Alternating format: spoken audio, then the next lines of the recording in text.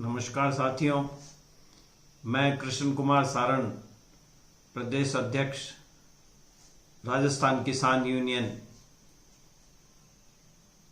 आज आप लोगों के मध्य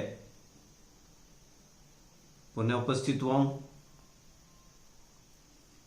किसान बिल के विरोध में पूरा देश का किसान चिंता में एवं गुस्से में है और किसान बिल को वापस लेने के लिए सरकार के समक्ष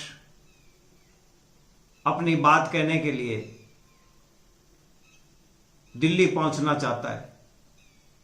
लेकिन लोकतंत्र की इस प्रक्रिया में केंद्र की सरकार अंग्रेजों की तर्ज पर सिर्फ पूंजीपतियों के हक के कानून बनाने और कानून को थोपने का काम कर रही है। किसी भी किसान संगठन ने कृषि बिल का समर्थन पूरे देश में नहीं किया है।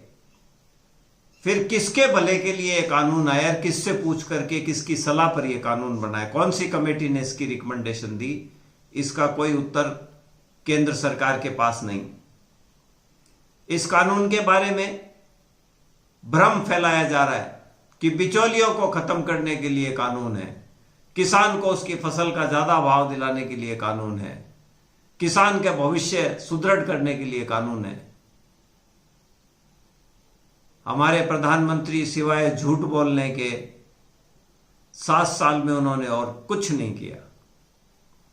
हर बात में उन्होंने पिक्चरों के डायलॉग की तरह शब्दों का मोह जाल लोगों के बीच में फेंकने का कोशिश की, जिसे अब लोग समझने लग गए।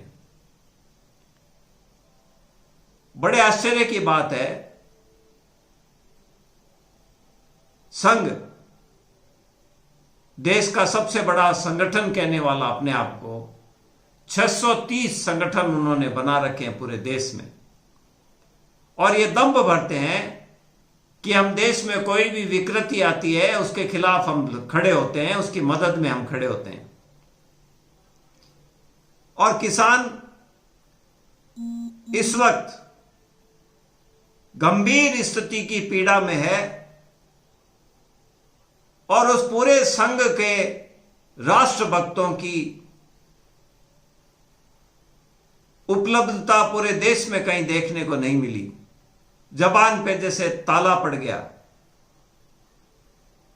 गुमराह करके किसानों के बच्चों को भी शाखाओं में बुला करके संघ का हिस्सा बनाया जा रहा है। उनके अंदर सिर्फ नफरत और धार्मिक कट्टरता भरी जा रही है और उनको राष्ट्रभक्त के होने के सपने दिखाए जा रहे हैं। झूठी राष्ट्रभक्ति, मैं तो इस शब्दों का उपयोग करूंगा। आज जब किसान के ऊपर इस भरी ठंड के अंदर खुले आसमान के नीचे गंदी नाली का ठंडा पानी फेंका जा रहा है, बिना किसी उग्र आंदोलन के, शांतिपूर्वक आंदोलन के बावजूद पहली बार ऐसा हो रहा है कि पुलिस रास्ते रोक रही है। अब तक तो किसान रास्ते रोकते थे या आंदोलनकारी रास्ते रोकते थे।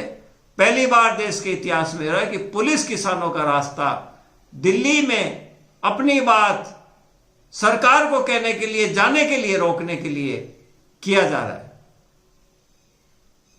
और महान देशभक्तों की फौज मौन है। संघ वाले पूरे देश में मौन है। ऊपर वालों का हुक्म नहीं है, इसलिए शानदार नीचे वाले लोग जो समाज सेवा की मानसिकता के लोग हैं वो क्यों चुप है, ये भी समझ से बाहर की बात है। या तो झूठा प्रचार या अध्ययन की कमी या उनको जरूरत से ज्यादा गुमराह किया करने के प्रभाव के कारण वो लोग चुप है। या क्या वजह है जो देश के 90% लोगों को ये कृषि कानून इफेक्ट करेगा आने वाले समय में? उपभोक्ता लूटा जाएगा इन बड़े व्यापारी पूंजीपतियों के द्वारा, और देश का बहुसंख्यक वर्ग, किसान वर्ग बुरी तरह से तबाह हो जाएगा इन कृषि के 3 कानून के द्वारा। क्या ये देश के लोगों को अभी तक समझ नहीं आ रहा, या इसकी क्या वजह है, ये समझ से परे। यह कहा जा रहा है कि बिचौलियों को हटाने के लिए कानून लाया जा रहा है। आड़तियों को बिचौलिया कहा जा रहा है। आड़तिये बिचौलिए नहीं है, वो सर्विस प्रोवाइडर है किसान के।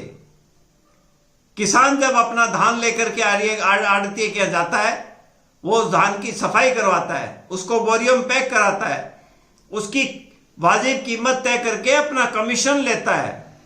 वो उस सर्विस के एवज में अपना कमीशन लेकर के किसान की पेमेंट की जिम्मेवारी लेता है, उसको पेमेंट करता है। जब किसान के पास फसल पकी हुई नहीं होती, उसकी जरूरत पूरी करता है, एक बैंकर के रूप में भी जरूरत पूरी करता है। उसको बिचौलिया कहा जा रहा है। और जो वास्तविक बिचौलिए हैं, जो भारत सरकार ने हर डिपार्टमेंट में सब डीलिंग करने के लिए बिचौलिए रख रखे हैं,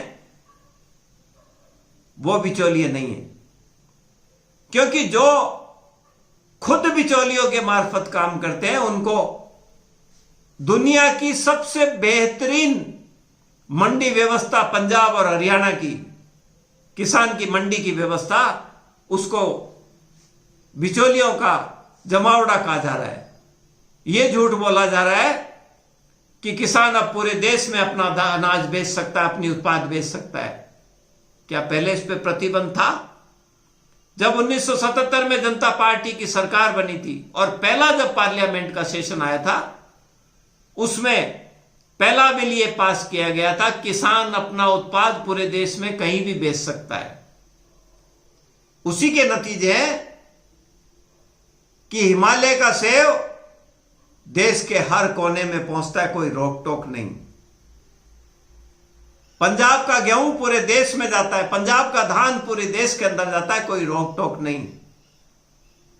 महाराष्ट्र का केला, महाराष्ट्र का संतरा, महाराष्ट्र के अंगूर, महाराष्ट्र का प्याज पूरे देश में जाता है, कोई रोक टोक नहीं। राजस्थान की सब्जी दिल्ली में, गुजरात में, महाराष्ट्र में, दक्षिण भारत तक सब जगह जाती है, कोई रोक टोक नहीं। कहीं भी किसी भी उत्पाद को बेचने का कोई रोक टोक कभी नहीं है। उसके बाद यह कहा जा रहा है कि यह झूठ बोला जा रहा है कि अब किसान कहीं भी अपना उत्पाद बेच सकता है, और यह कहा जा रहा है कि कॉन्ट्रैक्ट फार्मिंग बहुत अच्छी है, किसान को लाभ पहुंचाएगी। इसका एक उदाहरण आप लोगों के सामने मैं देना चाहता हूं।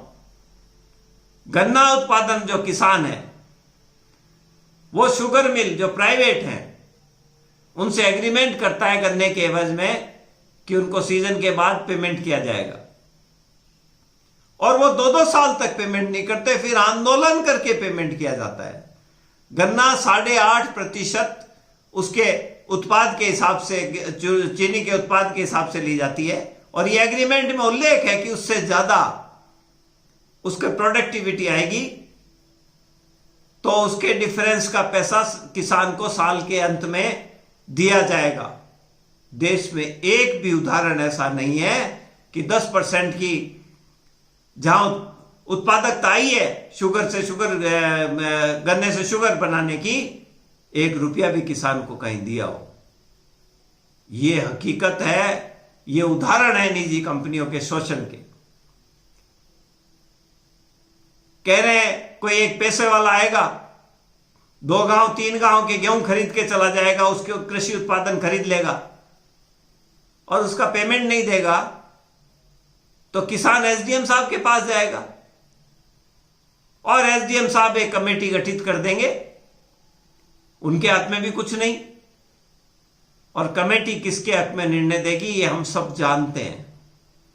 किसान को कोर्ट में जाने का हक नहीं होगा। ये कैसा कानून है?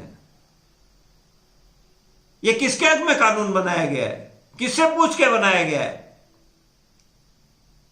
मैं अपील करता हूं देशभक्तों से, क्या वो नकली देशभक्त कहलाना पसंद करेंगे या भारतीय जनता पार्टी की सरकार को उखाड़ के फेंकने के लिए संघ का संबंध विच्छेद करके अपने आप को राष्ट्रभक्त घोषित करने के तरफ कदम बढ़ाएंगे।